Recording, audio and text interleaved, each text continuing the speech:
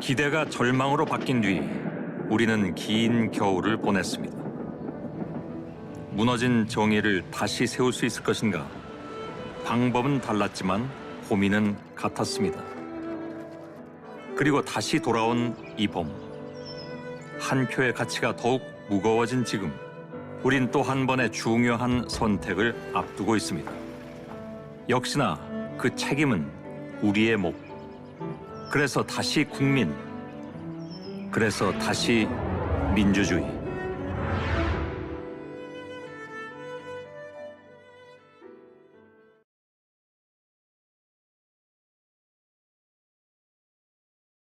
견책의 징계를 받았습니다. 이런 이유를 포함한 채용 절차가 이유였던 거죠. 네, 그 상급기관은 규정 위반으로 받고 당사자들을 징계를 했는데 또 다른 내용도 있습니까? 네, 이런 내용도 있습니다. 졸업 예정 증명서를요, 최초의 채용 공고에서는 요구를 하지 않았다라는 건데 2006년 11월 30일 채용 공고문이 나갑니다. 이렇게 되어 있습니다. 응시자 제출 서류로 응시 원서, 자기소개서를 포함해서 학력 증명서 등이 포함되어 있습니다. 학력 증명서는 최초 채용 공고 때부터 내도록 돼 있었습니다. 사실과 다릅니다. 문 씨가 낸 졸업 예정 증명서 12월 11일이라고 찍혀 있습니다. 이렇게요. 원서 마감 5일 뒤입니다. 이런 이유들 때문에 문 후보 측이 내놓은 반박들이 오히려 새로운 논란으로 번지고 있습니다. 네, 팩트체크 오대영 기자였습니다.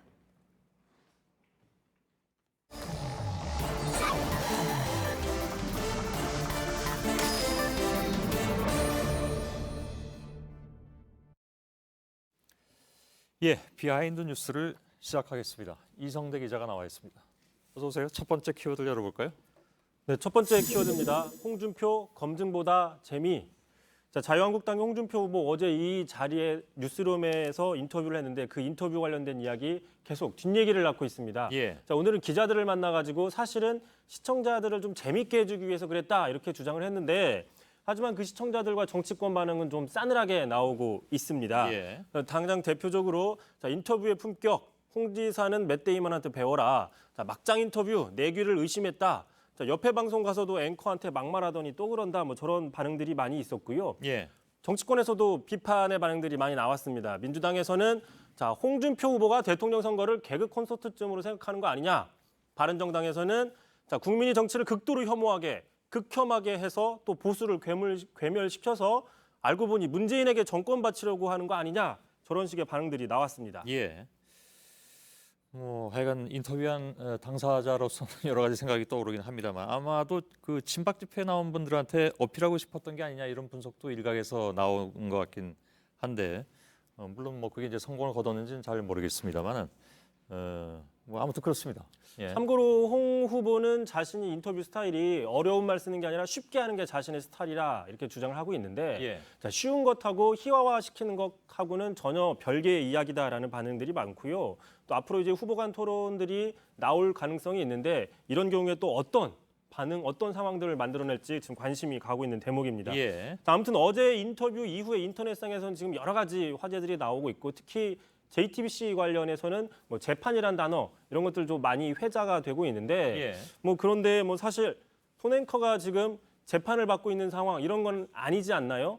예. 뭐 홍 후보도 좀 이에 대해서는 뭐 그런 게 아니다 이렇게 해명을 하긴 했습니다만. 예. 글쎄요, 뭐 다시 꺼내긴 싫습니다만 뭐 제 개인이 재판 중인 것은 물론 없죠. 그러나 이제 저희 보도국도 다른 언론사들처럼 본의 아니게 이제 여러 가지 제재를 받는 경우도 있고 또 소송 중인 것도 물론 있습니다. 그러나 이제 제가 보도 책임자이고 그 상황에서 뭐 저만 아니라고 말하는 것도 좀 옳지는 않은 것 같아서 그냥 그 정도로만 좀 대응을 했는데 아마 홍 후보는 그런 걸 염두에 두고 자신의 상황을 좀 빗대서 좀 길게 설명하고 싶었던 것 같긴 합니다. 오늘 다른 데서 얘기한 걸 보니까요. 뭐 인터뷰어 입장에서는 굳이 그걸 길게 얘기할 만한 상황은 아닌 것 같고 그랬던 것 같습니다. 다음 키워드로 넘어가죠. 예, 두 번째 키워드 가겠습니다. 3D 대통령은 안 된다. 자, 김종인 전 의원이 오늘 대선 출마 선언을 했는데 이 예. 출마 선언문을 보면 기자들이 보고 눈에 띄는 대목이 하나 있었습니다. 자, 바로 이런 대목인데요. 자, 위기천 우리나라 아무나 경영할 수 없다. 3D 프린터를 3D 프린터라고 읽는 사람이 할 수 있는 일이 아니다. 실수로 잘못 읽었다고 하기엔 너무나 심각하다. 라고 주장을 했습니다. 예, 3D 프린터라고 읽는 사람 누굴 지칭한 겁니까?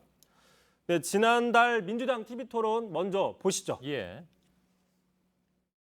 신재생 에너지, 3D 프린트, 또 인공지능, 산업 로봇 등 신성장 산업을 적극 육성하겠습니다. 예, 자, 저 바로 문재인 후보인데 저 발언을 놓고 그래서 상당히 좀 논란이 나오기도 했었습니다. 4차 산업혁명을 말하면서 3D도 모르느냐 뭐 이런 비판들도 많이 있었고 예. 뭐 통상적으로 3D라고 쓰지만 3D라고 쓰는 게 틀린 건 아니다. 저희가 흔히 극한 직업 얘기할 때 3D 직업이라고 말하기 때문에 예. 정답이 있는 건 아니다. 이런 또 반론들도 많이 있었습니다. 예. 글쎄요, 그 다른 사람이 대선에 나오지 말아야 된다라는 것을 얘기하면서 저의 정도를 드는 거는 상식적으로는 좀 이해가 안 가는 측면이 있긴 있습니다. 아무튼 문재인 후보보다는 내가 더 유능하다 이걸 좀 강조하고 싶었던 모양이군요. 그렇습니다. 말씀하신 것처럼 뭐 문재인 후보의 정책, 공약, 가치 이런 것들에 대해서 반대하는 게 아니라 단지 말실수 하나를 가지고 이 사람은 대통령 자격이 없다라고 지적하는 것이기 때문에 좀 예. 설득력이 떨어지는 게 아니냐 이런 지적 나왔는데 예. 자, 그런 식이라면 지난 대선이었죠. 박근혜 당시 후보가 TV토론에서 지하경제 양성화를 지하경제 활성화라고 발언해서 상당히 논란이 됐습니다. 이건 3D 프린터, 3D 프린터하고는 차원이 다른 문제였었는데 그때 박근혜 캠프의 좌장이 바로 김종인 전 의원이었습니다. 예. 자, 그때 왜 이런 것들은 몰랐느냐 이런 지적 피할 수 없다는 얘기가 나오고 있고요. 근데 뭐 그 당시 지하경제 양성화, 활성화는 그냥 발언의 실수일 뿐이지 그걸 누군가 책임질 만한 문제는 아닌 것 같습니다. 그건 그래서 저는 뭐 거기까지는 동의하기는 어렵습니다. 이성대 기자 얘기에. 예. 아무튼 예. 뭐 그런 식의 이제 반론들이 나온다는 얘기인데 예. 참고로 지금 김종인 전 의원 오늘 대선 출마 선언을 하니까 일각에서는 정운찬 전 총리, 홍석현 전 회장 등과 단일화 과정을 거쳐서 최종적으로 대선 후보를 뽑는 게 아니냐 이런 뭐 분석들도 나오고 있는데 예. 전혀 사실이 아닌 상황입니다. 예. 마지막에 힘줘서 얘기했군요. 그런 일은 없다라는 얘기로 확인을 해드리면 될 것 같습니다. 마지막 키워드는요? 자, 마지막 키워드 가겠습니다. 왜 실 안 주시나요? 자, 박 전 대통령이 비선 의료 진료 의혹을 받고 있는 김영재 원장이죠. 청와대에서 처음 만난 자리에서 체근했던 정황이 드러났습니다. 예. 자, 이렇게 얘기를 했는데 박 전 대통령이 자, 주치의가 리프팅 시술용 실을 달라고 하는데 왜 안 주시냐? 그랬더니 김영재 원장이 아직 허가받은 제품이 아니라 드릴 수가 없다. 저렇게 해명을 했다는 겁니다. 예. 오늘 재판에서 밝혀진 진술조서 공개입니다. 아, 그런가요? 지금 특검에 따르면 주치의였던 이병석 교수, 또 자문의였던 정기한 교수, 이 리프팅 시술용 실을 이용해서 박 전 대통령에게 시술을 해주겠다 이렇게 약속을 했다 뭐 이런 얘기인가요? 그렇습니다. 지금 드러나고 있는 게 특검 조사 결과 두 사람이 이 미용 시술을 놓고도 상당히 걱정하기도 했었다. 이런 게 바로 문자로도 드러났다는 건데 자, 이 교수가 대통령 피부 미용에 대해서 고민해달라. 대신 비밀은 꼭 유지해야 한다. 이런 식의 어떤 고민들을 서로 나누기도 했다는 겁니다. 예. 결국 이런 게 제대로 진행이 안 되니까 박 전 대통령이 직접 김영재 원장을 청와대로 불러서 따져 물었다. 좀 이런 게 지금 특검의 조사 결과인데 예. 하지만 저희 그때 국정조사 받지만 이 관련자들 모두가 다 그런 사실이 없다고 부인해 왔었습니다. 예, 알겠습니다. 비하인드 뉴스 여기까지 진행하죠. 이성대 기자였습니다. 네, 내일 오전까지 전국에 많은 비가 오겠고 낮에 대부분 그치겠습니다. 예, 끝나자마자 페이스북 라이브로 오늘 소셜 라이브 정치부 쪽이 이제 준비를 하고 있습니다. 저희들은 내일도 최선을 다하겠습니다. 여러분 고맙습니다.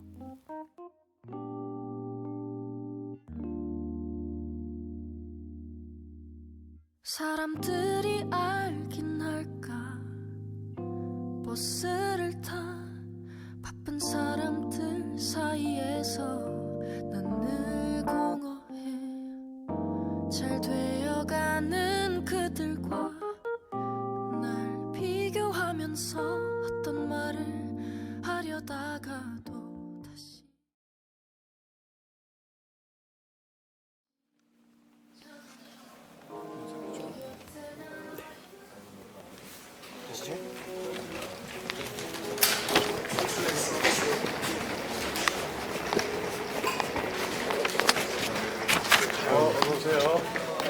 새해 복 나요. 오랜만에 뵙겠습니다.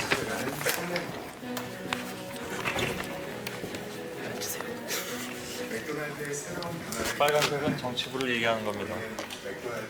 저희가 2월 초에 페북 라이브를 한번 했고 그 다음에 아 정치부에서 네. 그 이후에도 했는데 아니 저희 안철수 팀 국민의당 국민의당 팀에서 안철수 후보 마크맨들이죠. 네 그렇습니다. 네. 저희는 이제 안철수 후보하고 국민의당을 출입하고 있는 네. 안철수 후보 마크맨들입니다. 예. 저는 안혜근 기자고요. 이쪽은 이윤석, 박병현 기자가 오늘 페북 라이브를 이렇게 준비를 했습니다. 예.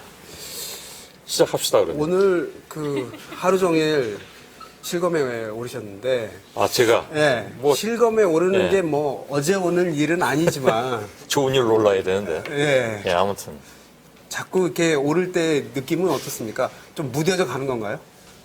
자꾸 오르다 보면? 사실 제가 이렇게 뭐 들여다볼 시간이 이렇게 많지는 않기 때문에 잘 모르는데 이제 이렇게 주변에서 문자나 이런 게 오죠. 뭐 1위로 올랐습니다. 뭐 이렇게 올라면 그때 이제 들여다보곤 하잖아요. 대부분의 사람들이 그럴지도 모르겠지만 무뎌진다? 뭐 무뎌지지는 않죠. 당연히 제가 올랐다는데 관심을 갖게 되는 거죠. 그것도 이제 좋은 일로 오르면 더 기분이 좋고, 예.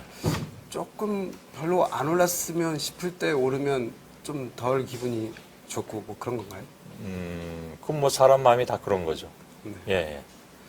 우리 안나경 앵커도 종종 오르는 것을 제가 확인한 적이 있었는데 오를 때는 느낌이 어떻습니까? 저는 종종 있습니까? 종종이 거의 아닌가요? 없는 그러면? 저는 깜짝깜짝 놀라죠. 혹시 그 종종이 아닌 걸로 알고 있고요. 그리고 가끔 볼 때는 깜짝깜짝 놀랍니다. 안나경 앵커는 대부분 긍정적인 걸로 많이 오르지 않나요? 지금 이 그렇습니까? 말 속에는 네. 손 선배 당신은 별로 안 그런데 안나경 씨는 좋은 일로 오른다 이런 뜻이에요. 아닙니다. 저는 깔지 않았던 복수를 저기 자세히 얘기를 하고 있는데 당신은 늘 논란의 대상으로 오르잖아 이런 얘기. 빈도수가 확연하게 차이가 나죠, 이제. 저는. 벌써 도전하는 건가요? 분발하겠습니다. 뭐 아까 예. 네, 그리고 또 제가 그 JTBC 대선 팩트체크 팀장을 맡고 있습니다. 지금 예. 방금 전에 팩트체크했던 그 오대영 기자의 그 일상적인 팩트체크하고 예, 예. 다른 이제 한시적으로 대선 때 이제 가동을 하는 JTBC 대선 팩트체크를 하고 있는데 예. 잘 밀어주실 거죠? 이거잖아요, 그죠? 네. 밀어드리죠. 예. 네. 이윤석 기자 좀 설명을 좀 예, 이건 좀 설명을 필요로 하네요. 예. 말씀하신 것처럼 대선에서 이 팩트체크가 얼마나 중요한지는 아마 모든 시청자분들이 공감하고 계실 것 같아요. 예. 저희가 어떤 서비스를 만들었냐면요. 카카오톡 누구나 사용하고 계실 텐데요. 카카오톡 친구 찾기에서 이 JTBC 대선 자문단을 검색하시면 저희 이 JTBC 대선 자문단 로고가 뜹니다. 여기서 친구 추가를 해주신 다음에 그리고 대화를 하듯이 여기다가 글을 남겨주시면 됩니다. 이런 거 팩트체크 해달라. 이거 왜 검증 안 하느냐. 뭐 어떤 얘기든 좋습니다. 또 제보도 가능한데요. 대선 후보에 관해서 이런 것들 제보하고 싶다. 얼마든지 어떤 내용이든지 카카오톡을 통해 저희들에게 전달해 주시면 저희 취재 기자들이 직접 그 내용을 확인을 하고 또 그 내용을 논의하고 실제 취재로까지 이어지는 예. 그런 과정입니다. 예. 저희 그 내용은 네. 귀에 잘 안 들어오고 네. 참 똘똘하다 이런 생각을 했어요. 저도 비슷한 생각을 좀 했던 것 그런가요? 같은데 이 이윤석 기자가요. 약간 똘똘이. 고등학교 때부터 저를 알아요. 저하고 알아요. 오래된 분이시. 예. 그 100분 토론 제가 할 때 백토. 예, 고등학생 시민 논객이었어요. 아. 그래서 제가 2013년에 여기 왔더니 먼저 와 있더라고. 예, 입사해서. 오실 걸 알고. 그렇죠. 뭐 그래서 그런지 모르겠는데 아무튼 그때나 지금이나 정말 똘똘하네요, 그죠? 네. 예. 제가 고등학생 때 10년 뒤에 같이 일하자고 사인을 해주신 적이 있는데. 내가요? 예. 아 그런 요구를 했었던 모양이 그렇게 쓰라고. 예. 아, 예. 꿈을 이뤄냈군요. 뭐그 얘기는 뭐 그 얘기고. 예. 그러니까 이게 똘똘한 이윤석 기자가 잘 준비하는 것이니까 많이들 참여를 해주시면 또 똘똘한 이윤석 기자가 팩체크를 열심히 해서 알려드릴 겁니다. 이 정도면 많이 밀어드린 거 아닌가요? 네. 예. 하여튼 저희가 그 이번 대선에 있어서 굉장히 많이 밀고 있는 프로젝트인데요. 예. 저만 그렇게 생각하고 있는 건지 모르겠지만 아니요, 뭐 실제로 그렇습니다. 예. 예. 어떤 쌍방향 그 소통의 개념을 이용을 해가지고 예. 우리 유권자분들이 저 후보에게 이런 것들을 좀 검증을 해봤으면 좋겠다라고 예. 게 있으면 언제든지 거기를 올려주시면은 예. 저희가 그 부분에 대해서 속 시원하게 예. 검증을 해드리도록 하겠습니다. 예, 너무 장담하지 마세요. 예. 알았습니다. 오늘 근데 저 얘기를 하기 위해서 나온 것은 아니잖아요, 여러분들이? 네, 최근에 저희가 2달 만에 페이스북 라이브를 하게 되는데 예, 예. 안철수 후보 지지율이 지금 심상치 않게 올라가고 있습니다. 예, 그 물론, 내용 가지고 예. 오늘 한단 말이죠. 예, 그래서 지지도 그리고 예. 어제 후보 확정 됐는데 그때 또 현장 분위기 예. 그런 부분들에 대해서 우리가 뉴스에서 미처 전해드리지 못했던 부분들 예. 그런 부분들 많이 전해드리도록 하겠습니다. 예, 알겠습니다. 안나경 씨, 네. 갑시다 이제. 예. 페이북으로 네, 꼭 확인해 주세요. 예, 수고들 하세요. 이제 뒤로 돌아서 이제 본격적으로 한번 네. 보도록 하겠습니다. 이윤석 기자가 이쪽으로 오고 박병현 기자가 이쪽으로 오죠. 이렇게.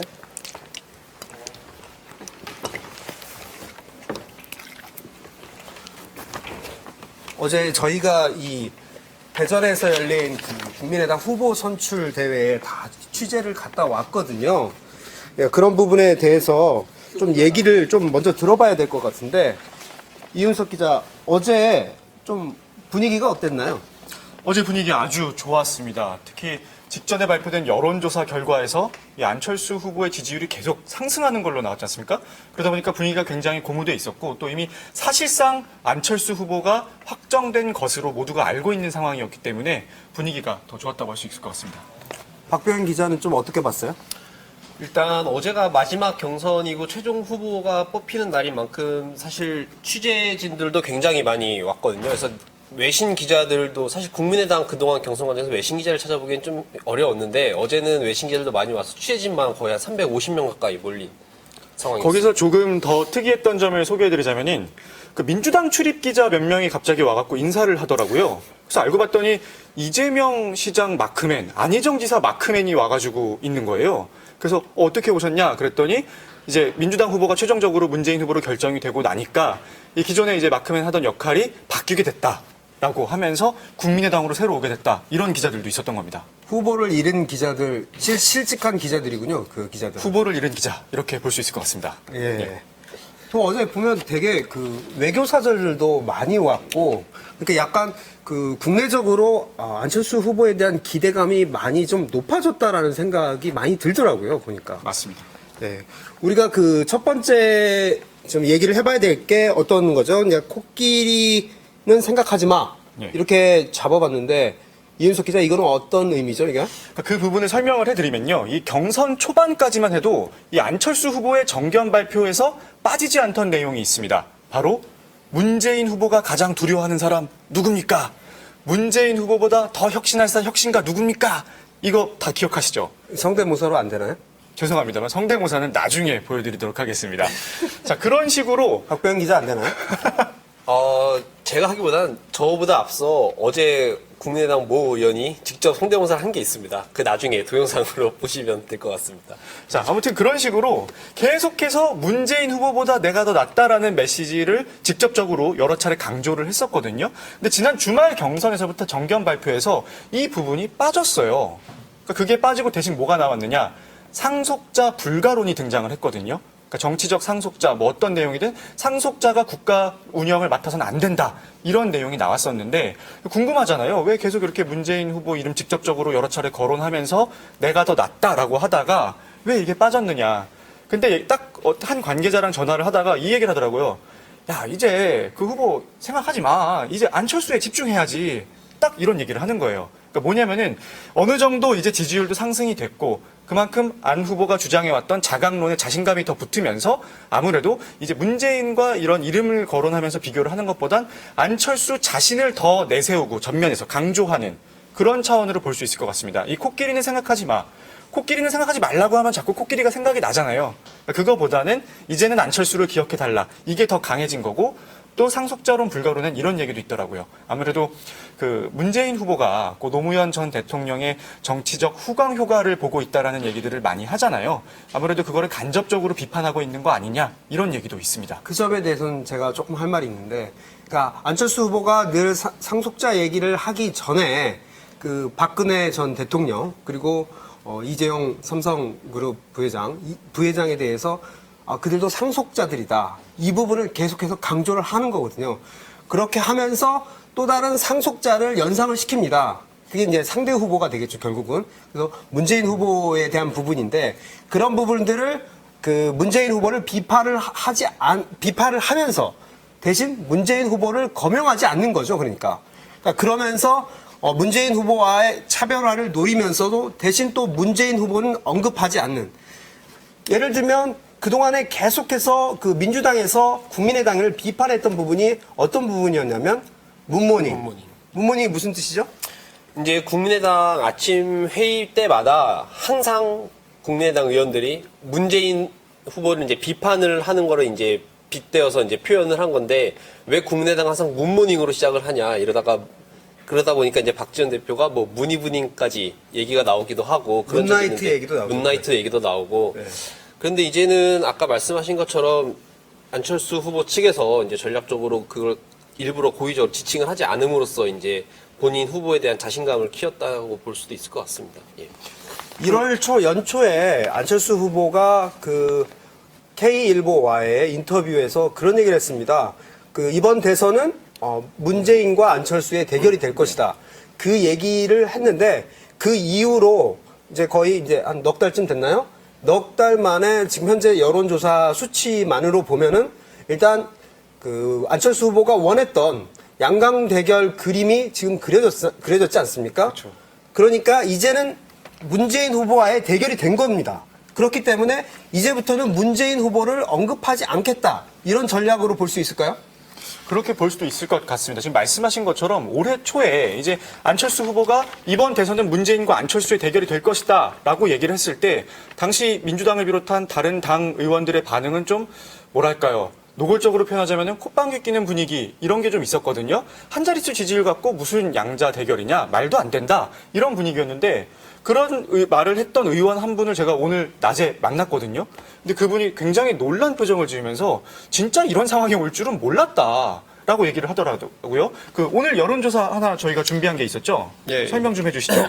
이게 어제 저희가 이제 발표를 해드린 여론조사 결과입니다. 이게 오자 가상대결 여론조사를 돌려봤을 때 안철수 후보가 30%를 넘고 문재인 후보와의 격차가 이렇게 좁힌 거는 사실 처음 조사가 된 겁니다. 그래서 이때부터 이 이후 여론조사는 안철수 후보가 이제 문재인 후보와 거의 근접한 수치를 보이는 것을 보면서 이 안철수의 이런 공고함이 실제적으로 사실상 존재하는 거 아니냐, 이런 얘기가 나오고 있는 겁니다.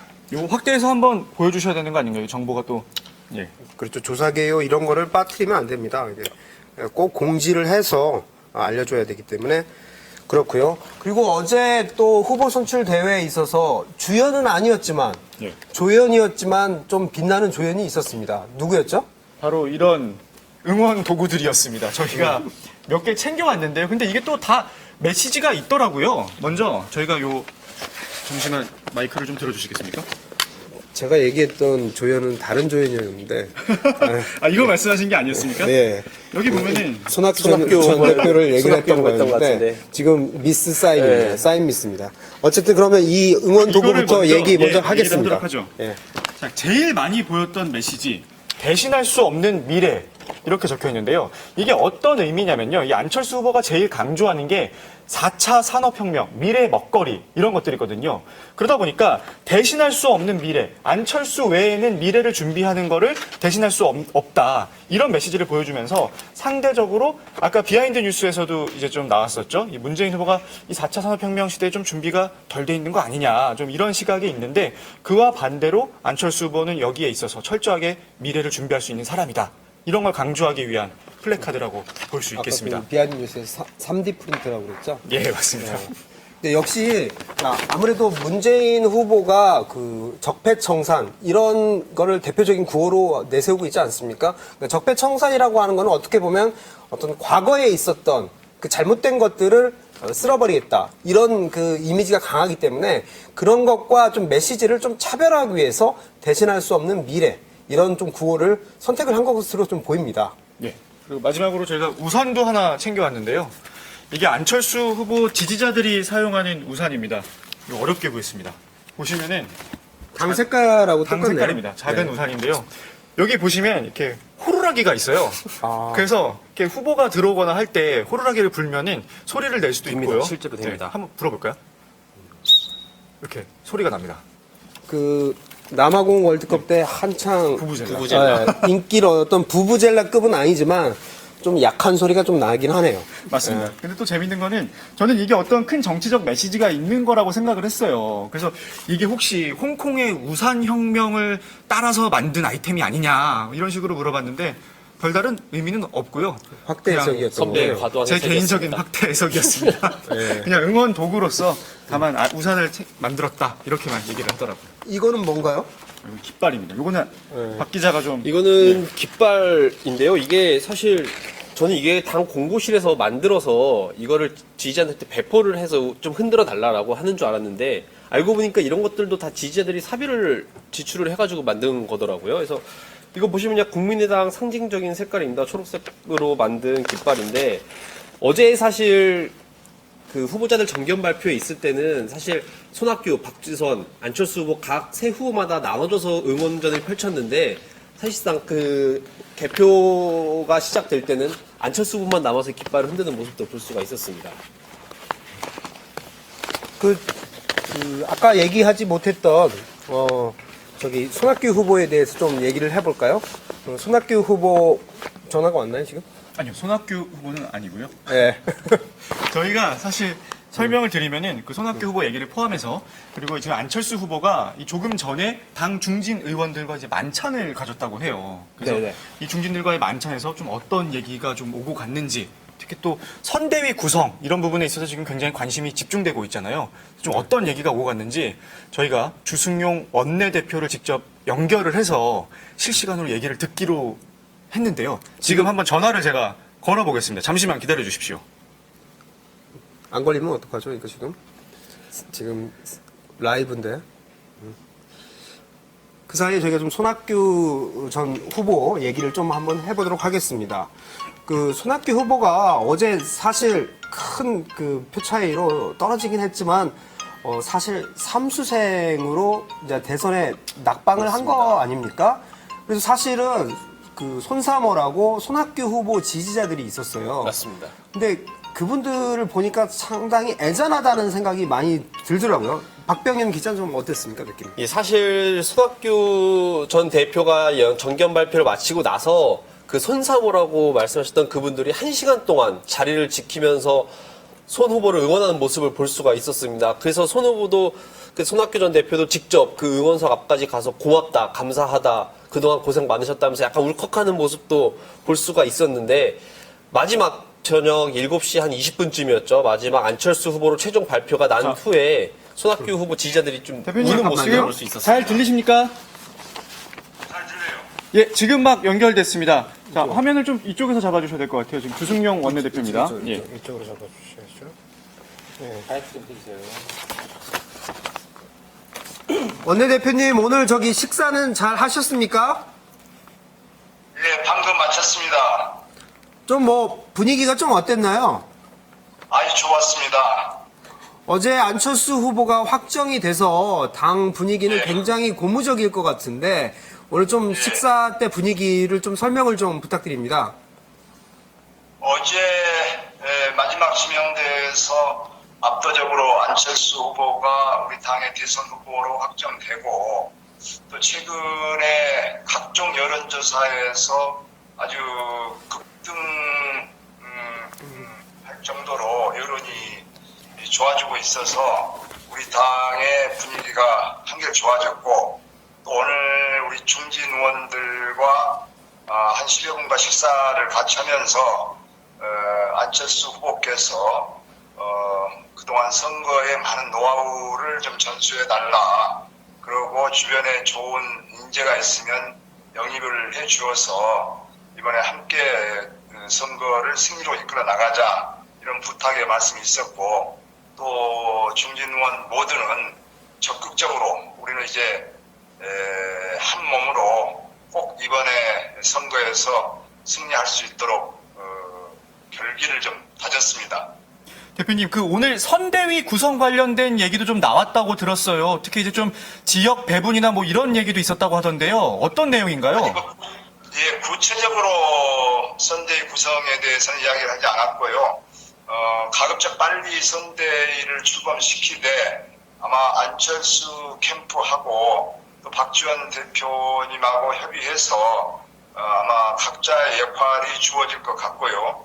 또 각 현역 의원들의 지역별 또 담당도 함께 결정되어질 것 같습니다. 조만간에 결정하기로 했습니다. 손학규 후보, 박주선 후보도 역시 좀 중책을 맡기셔야 되겠죠, 당연히.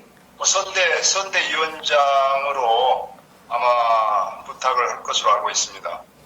사실 그 경선 초반만 해도 당내에서는 연대론 얘기도 많이 나왔는데 지금은 사실 안 후보 지지도가 상당히 폭등하면서 좀 상황이 많이 달라졌는데 그런 얘기는 좀 많이 들어간 상황인가요?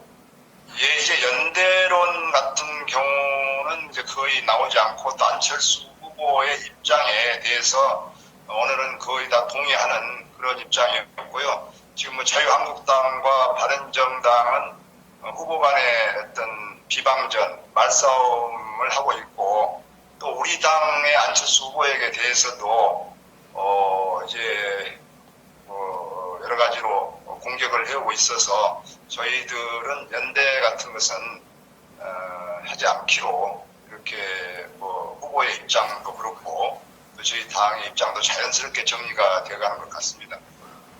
네, 원내대표님 저기 그 분위기 전해주셔서 감사합니다. 네, 고맙습니다. 네, 감사합니다. 고맙습니다. 저희가 이 얘기도 나와서 말인데 이 안철수 후보의 자강론에 대해서 또 얘기를 안 할 수가 없을 것 같아요. 네. 예. 자강론의 상징인 저희가 또 목소리 얘기도 좀 한번 다뤄봐야 되지 않을까 싶은데요. 그 목소리도 역시 자강론을 적용을 했어요. 안철수 후보가. 좀 어떤 얘기인가요? 자, 일단 그 직접 보여드리는 게 나을 것 같습니다. 자, 여기 보시면 한번 보여주시겠습니까?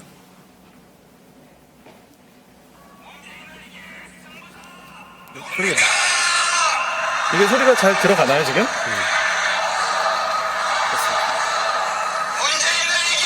혁신가 누굽니까?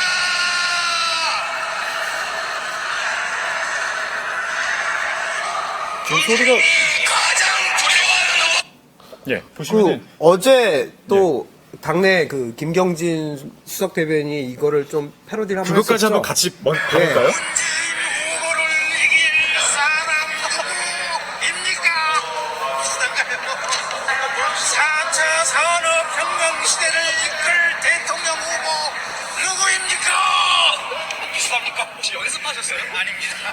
자, 안철수 후보의 연설 모습 보시면 아시겠지만 이게 현장에서 거의 뭐 샤우팅 연설이다. 뭐 어떻게 저런 식으로 소리를 높일 수가 있느냐. 뭐 다양한 반응이 나왔고 심지어 혹시 성대가 다치는 거 아닌가 그런 걱정이 나올 정도로 예전과는 정말 다른 모습을 보여줬거든요. 그래서 제가 지난달 25일 날 광주에서 열린 광주 경선 때 제가 직접 취재를 갔었는데 그때 앞에 손학규 후보가 굉장히 열정을 바쳐서 삼수생이다 보니까 연설을 굉장히 잘했습니다. 그래서 아마 자극을 받았는지 안철수 후보가 목을 가다듬더라고요. 이렇게 헛기침을 하더니 목을 가다듬으면서 목소리를 내려 까는 겁니다. 그 이후로 이 중저음 보이스로 쭉 이렇게 전국을 누비고 다녔고 결국은 그것도 상당히 경선에 플러스 점수가 됐던 게 아닌가.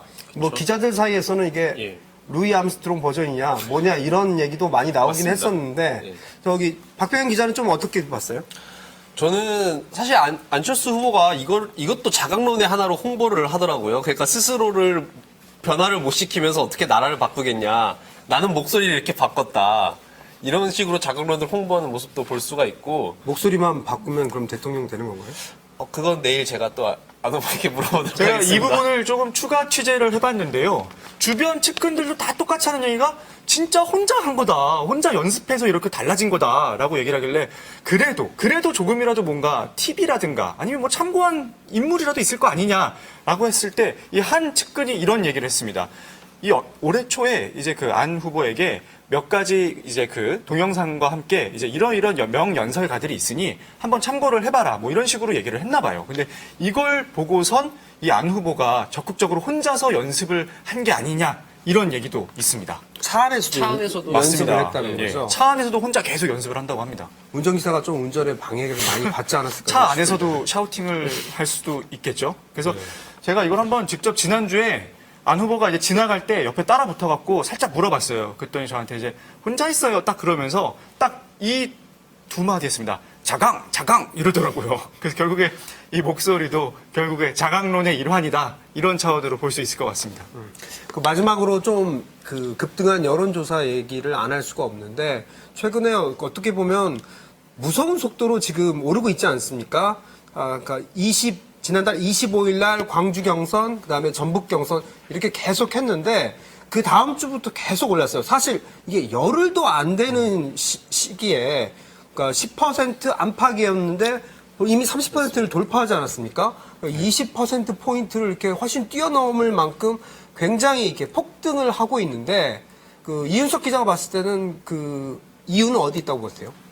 일단 역시 저희가 보도로도 많이 전해드렸지만 보수 표심을 많이 확보한 게 큰 역할을 했죠. 특히 안희정 후보가 이제 탈락을 하게 되면서 안희정 후보 표 상당수가 지금 안철수 후보에게 왔다는 걸로 여론조사 결과 나타나고 있지 않습니까? 또 그런 측면도 있지만 다만 그 당 내에서 지금 약간 긴장감도 또 공존을 하고 있다고 해요. 어제 그 무슨 얘기인가요? 그건? 어떤 일이 있었냐면요. 어제 사실 저희 여론조사 보도가 나가자마자 한 의원이 갑자기 저한테 와가지고 그거 진짜냐고, 그거 정말 그렇게 30% 넘게 다자대결에서 높게 나온 거 맞냐 막 그러면서 왜 그러냐, 좋은 거 아니냐 그랬더니 한편으로는 조금 걱정이 되기도 한다라고 하더라고요. 왜냐하면 이게 꾸준하게 계속 오르는 상승세가 이어져야 이 대선 본선 마지막 결승점에 갔을 때 딱 피크를 찍는 게 그 직전에 찍는 게 좋은데 너무 이렇게 확 올라갔다가 혹시라도 정체기가 온다거나 혹은 다시 또 하락을 하거나 이렇게 됐을 경우에는 그게 썩 좋지만은 않다. 그렇기 때문에 가장 좋은 거는 장기간에 걸쳐서 계속 상승세를 타는 거다라고 얘기를 하더라고요. 스테디하게 지지도가 오르는 게 가장 조금 이상적인 시나리오라는 건데 현실적으로 근데 불과 열흘도 안 되는 시기에 20%포인트 이상 올랐단 말이죠. 사실 그런 부분이 참 불안할 수도 있는 겁니다. 너무 잘 되다 보면 사람이 좀 불안한 감이 좀 오기도 하지 않습니까? 그런 부분이 있는 건데 여론조사에서 특히 문재인 후보가 그런 그 지적을 많이 받았었는데 그 지지율이 계속 정체가 될 때 어떤 용어를 쓰는 줄 아나요? 박스권이라고 표현하죠. 박스권. 그래서 그렇게 지지율이 계속 정체된 상태로 계속 가게 되면은 박스권이라는 표현이 붙고 그런 기사가 계속 붙기 시작하면은 후보들은 불안해지기 시작하는 겁니다. 그렇기 때문에 오히려 너무 빠른 거에 대해서 당 관계자들이 느끼는 불안감 어느 정도 이해는 할 수 있을 것 같습니다. 근데 어쨌든 지금 지지도에 있어서 지금 크게 두 가지 포인트로 봐야 될 것 같은데요. 이제 호남에 있어서 문재인 후보와 안철수 후보의 그 호남 경쟁, 그 굉장히 중요할 것 같고요. 역시 그 중장년층 이상에서는 지금 안철수 후보가 강점을 보이고 있고 반면에 20대, 30대, 40대에서는 지금 문재인 후보가 강점을 보이고 있지 않습니까? 사실 호남에서는 표심이 한쪽으로 쏠렸던 경향이 많이 있습니다. 그래서 30일 정도, 이제 30일 이상 좀 남았는데 그 표심이 어느 쪽으로 더 흘러갈 것이냐. 이게 굉장히 좀 유심히 봐야 될 포인트고요. 그리고 오늘 또 뉴스룸에서 많이 소개했던 부분 중에 하나인데 그러니까 보수 표심이 처음에는 반기문에서 그 다음에 황교안, 그 다음에 안희정 그리고 다시 안철수 후보로 지금 넘어오지 않았습니까? 사실 그 흐름 자체가 다시 또 뭐 홍준표 후보로 넘어갈지 아니면 계속 안철수 후보에게 머물러 있을지 이런 부분은 장담하기 어려운 부분이거든요. 그러니까 사실 그런 그 여론의 미묘한 변화 이런 부분에 대해서 좀 계속해서 잘 취재를 해야 될 부분이라고 생각합니다. 네, 맞습니다. 박병현 후보 좀 저 후보요? 네? 후보 된 건가요? 박병현 기자, 여론조사의 지지도 폭등 현상 이런 거에 대해서 박병현 기자는 어떻게 보고 있어요? 사실 국민의당 내부 의원들 아까 선배도 말했지만 약간 불안하다고 느끼는 중 이유는 하나는 사실 국민의당은 호남 기반이고 호남은 사실 보수 쪽과는 약간 거리감이 있는 지역인데 안철수 후보는 자꾸 이제 그쪽을 통해서 표를 얻다 보니까 이게 나중에 당 지지 기반층하고 이게 충돌이 일어나서 가능성이 있을 수 있다 이런 말도 나오고 있습니다. 그래서 이 부분도 한번 중점적으로 보면 좋을 것 같습니다. 안철수 후보가 항상 강조하는 게 있잖아요. 자기는 여론조사 결과 일희일비하지 않는다. 거기에 신경 쓰지 않고 오직 내 길만을 간다. 이런 컨셉이 있었잖아요. 근데 그런 것들이 저희 유권자들한테도 중요할 것 같아요. 너무 여론조사 결과에 집중해서 쏠릴 필요 없이 정말 어떤 후보가 좋은 정책으로 정말 승부할 수 있는지 저희가 꼼꼼하게 따져보고 지켜봐야 할 것 같습니다. 근데 진짜로 일희일비하지 않겠어요? 이렇게 20%포인트 오르고 있는데 굉장히 기분 좋겠죠. 그리고 그만큼 주변에서의 기대감이 엄청나게 커지고 있는데 참 그 여론의 흐름 앞으로 계속 유심히 좀 지켜봐야 될 것 같고요. 그런 부분에 대해서도 저희가 좀 유의를 하면서 저 안철수 캠프 그리고 안철수 후보 열심히 취재하도록 하겠습니다. 마지막으로 그 서두에서 저희가 소개를 해드린 것처럼 풀친 친구 추가 열심히 해주셔서 그 팩트체크에 많이 제보를 해주시면 저희가 그거를 바탕으로 해서 속 시원하게 긁어드릴 수 있는 팩트체크 할 수 있도록 열심히 하겠습니다. 이상으로 마쳐볼까요? 네, 고생하셨습니다. 수고하셨습니다.